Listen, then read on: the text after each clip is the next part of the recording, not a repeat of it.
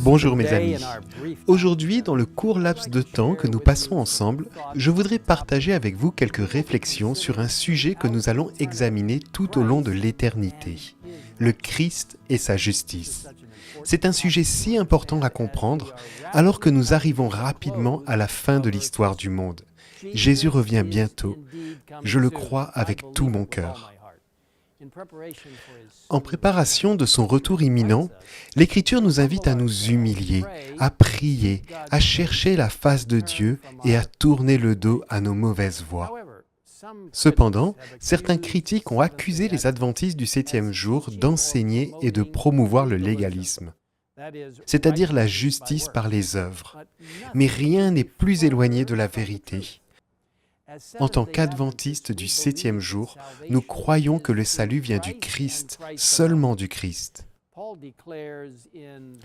Paul déclare ce qui suit dans le merveilleux livre d'Éphésiens 2, versets 8 à 10.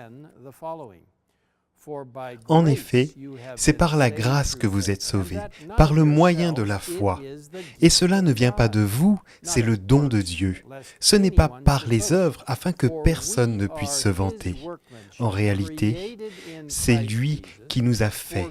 Nous avons été créés en Jésus-Christ pour des œuvres bonnes que Dieu a préparées d'avance afin que nous les pratiquions. C'est seulement la grâce de Dieu et la puissance qui accomplit cela en nous lorsque nous acceptons le vêtement de justification de la justice du Christ. Ensuite, lorsque nous acceptons la puissance qui accompagne la justification, le Christ commence à nous sanctifier, nous transformant en sa glorieuse image. Tout ce changement est la justice globale du Christ. Lorsque nous acceptons Jésus dans notre vie, une conversion miraculeuse et remplie d'esprit a lieu et le Christ nous transforme à son image, à sa ressemblance, afin que nous devenions de plus en plus comme lui. La disposition relative à cette justice est décrite dans l'un des versets les plus puissants de la Bible, dans 2 Corinthiens 5, verset 21, qui dit « Celui qui n'a pas connu le péché, il l'a fait devenir péché pour nous, afin qu'en lui nous devenions justice de Dieu. » Dieu le Père a offert son Fils parfait en sacrifice pour nos péchés, afin que nous puissions revendiquer la parfaite justice du Christ. C'est l'expérience de renaître dont Jésus parle dans Jean 3, verset 3.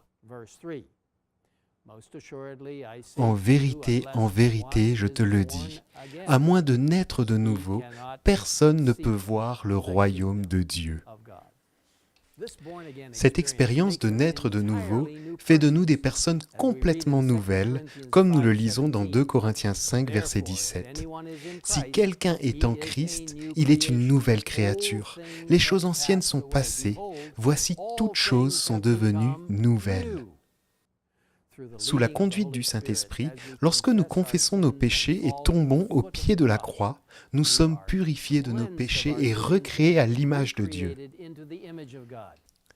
C'est la justice globale de Dieu. Nous sommes sauvés par la grâce et vivons par la foi, tout cela en Jésus-Christ. Et lorsque nous acceptons le Christ et sa justice, nous le suivons également en croyant et en acceptant ces belles vérités révélées dans la doctrine de la Bible, toutes centrées en lui. En Tite, chapitre 3, versets 5 et 6, Paul indique que ce n'est pas à cause des actes de justice que nous aurions pu accomplir, mais conformément à sa compassion, à travers le bain de la nouvelle naissance et le renouvellement du Saint-Esprit. Il déclare également qu'ayant été déclarés justes par sa grâce, nous sommes devenus ses héritiers, conformément à l'espérance de la vie éternelle. Cette parole est certaine. Et je veux que tu te montres affirmatif là-dessus, afin que ceux qui ont cru en Dieu s'appliquent à pratiquer de belles œuvres. Les belles œuvres sont la manifestation ou le résultat de la puissance sanctificatrice du Christ. Le Saint-Esprit agit en nous pour nous rendre de plus en plus semblables au Christ. Nous sommes totalement dépendants de notre relation avec le Christ pour la sanctification. C'est la justice du Christ. La justice du Christ est le merveilleux aspect de se connecter avec lui. L'esprit de prophétie nous donne un aperçu approfondi de la vérité biblique de la justice du Christ, en particulier dans le merveilleux livre « Le meilleur chemin ». Nous ne possédons pas de justice personnelle qui nous permette de répondre aux exigences de la loi. Mais Jésus-Christ est mort pour nous. Et maintenant, il nous propose de prendre sur lui nos péchés et de nous donner sa justice. Jésus change votre cœur. Ces rapports avec Jésus par la foi et cette reddition constante de votre volonté à la sienne, il faut la maintenir. Nous n'avons aucun sujet de nous glorifier. C'est sur la justice de Jésus qui nous est imputée et sur celle que son Esprit produit en nous et par nous que repose toute notre espérance. Il n'est pas étonnant que Paul proclame « Ainsi, puisque nous avons un souverain grand prêtre qui a traversé le ciel, Jésus, le Fils de Dieu, restons fermement attachés à la foi que nous professons. En effet, nous n'avons pas un grand prêtre incapable de compatir à nos faiblesses, au contraire. Il a été tenté en tout point comme nous, mais sans commettre de péché.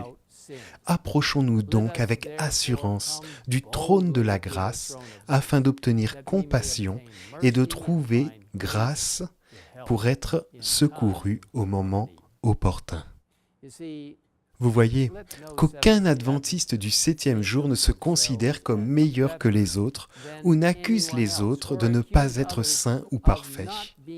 Nous sommes tous des pécheurs au pied de la croix qui ont besoin d'un sauveur et de sa justice. En nous consacrant au Christ et en lui permettant de travailler en nous pour être en contact avec lui et sa parole, nous pourrons alors mieux comprendre ses paroles inspirées. Le Christ désire intensément voir son image réfléchie dans son Église. Lorsque son caractère sera parfaitement reproduit dans ses disciples, il reviendra pour les réclamer comme sa propriété. Vous voyez, le caractère du Christ est parfaitement reproduit dans nos vies lorsque nous nous confions complètement au Christ seul. Chaque jour, nous devons permettre au Saint-Esprit de nous transformer, de devenir de plus en plus comme le Christ. C'est le fruit d'une vie. Nous devons prendre l'exemple du caractère du Christ et permettre à son caractère d'entrer dans nos vies. Alors, nous apprenons l'obéissance pratique à sa parole par sa puissance. Nous ne devons pas travailler pour ce que l'on pourrait appeler le perfectionnisme, qui reflète une liste légaliste. Nous ne devons pas non plus souligner les fautes des autres ou provoquer des conflits au sein de l'Église en l'accusant d'être plus juste que les autres. Personne qui réclame la sainteté n'est vraiment saint. Ceux qui sont inscrits comme saints dans le livre du ciel n'en sont pas conscients et sont les derniers à se vanter de leur bonté. Aucun des prophètes et des apôtres n'a jamais professé la sainteté. Les justes ne font jamais une telle affirmation. Plus ils ressemblent au Christ, plus ils sont attristés de ne pas lui ressembler. Alors, comment comprendre le plan du salut en ces derniers jours de l'histoire du monde ? Car je crois que Jésus va bientôt arriver. La grâce bon marché ne le fera pas. Elle nie la puissance du Saint-Esprit de changer la vie jour après jour pour devenir de plus en plus semblable au Christ. Le légalisme ne le fera pas. Il bloque le seul chemin du salut. La dépendance totale à l'égard de Christ est notre seul chemin vers le salut. Une approche intellectuelle et critique n'y parviendra pas. Elle détruit le miracle même de la conversion et de la sanctification et prive le salut de Dieu de sa capacité à transformer les vies. Seule la justice globale de la justification et de la sanctification du Christ nous sauvera, nous changera et fera de nous de véritables disciples du Christ.